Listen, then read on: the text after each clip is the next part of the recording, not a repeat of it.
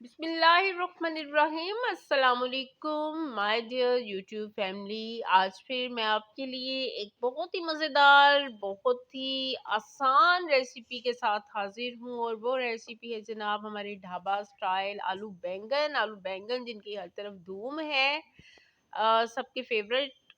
और आज मैं बनाने जा रही हूँ यही आलू बैंगन, और उसके लिए मैंने हाफ के जी जो है बैंगन लिए हैं और इनको मैंने इस तरह से टुकड़ों में काट लिया है। कढ़ाई में मैंने शामिल किया है ऑयल, और उसमें मैंने ये कटे हुए जो है बैंगन शामिल कर दिए हैं फ्राई करने के लिए। अच्छा, कुछ लोग जो है इसको बैंगन बोलते हैं, इनको कहा जाता है ब्रिंजल, और हमारे पंजाब में हमारे पंजाबी लोग जो हैं वो इसको बतौं भी बोलते हैं। तो आप भी बताइएगा, कभी आपने इनको बतौं बोला है और क्या आपको पता है कि ये बतौं क्या होते हैं?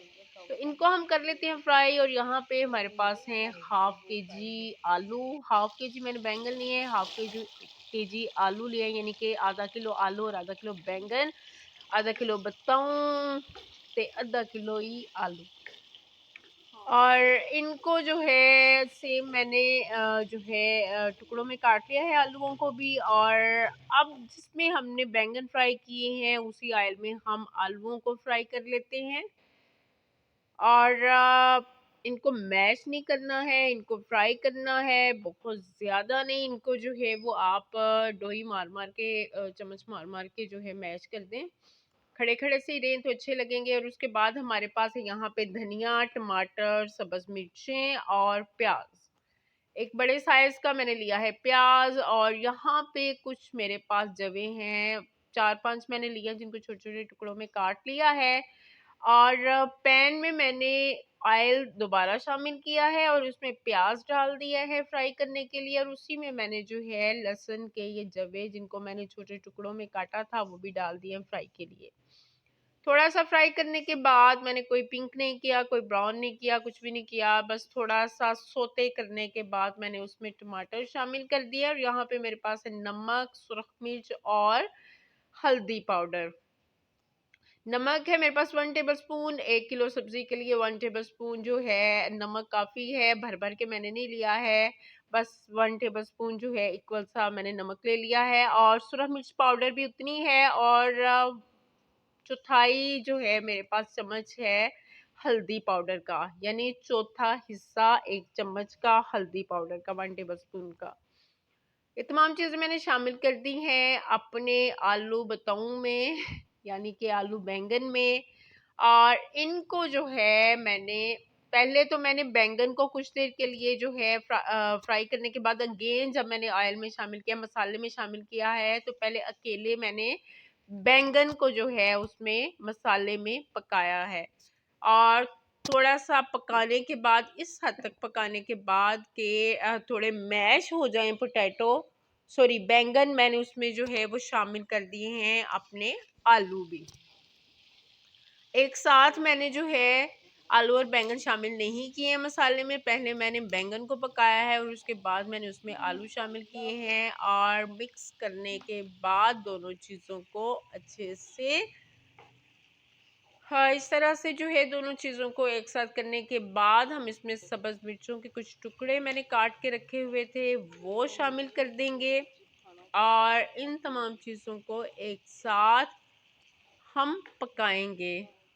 कुछ देर मैंने चम्मच के साथ इनको हिलाया है। और उसके बाद मैंने इसमें शामिल किया है धनिया पाउडर, सूखा धनिया पाउडर 1 टेबलस्पून, और 4 अदद मेरे पास है लौंग। ये दोनों मसाले मैंने नमक, मिर्च, हल्दी के अलावा इसमें शामिल किए हैं, और कोई एक्स्ट्रा मसाला नहीं है, कोई बहुत ज़्यादा मसाले इसमें मैंने शामिल नहीं किए हैं। और अब हम इनको पका लेते हैं। मैंने स्टीम में पकाना चाहा है, इस वजह से मैंने इन पे ढक्कन जो है वो रख दिया है ताकि ये मेरे आलू बैंगन जो है वो स्टीम में पकें।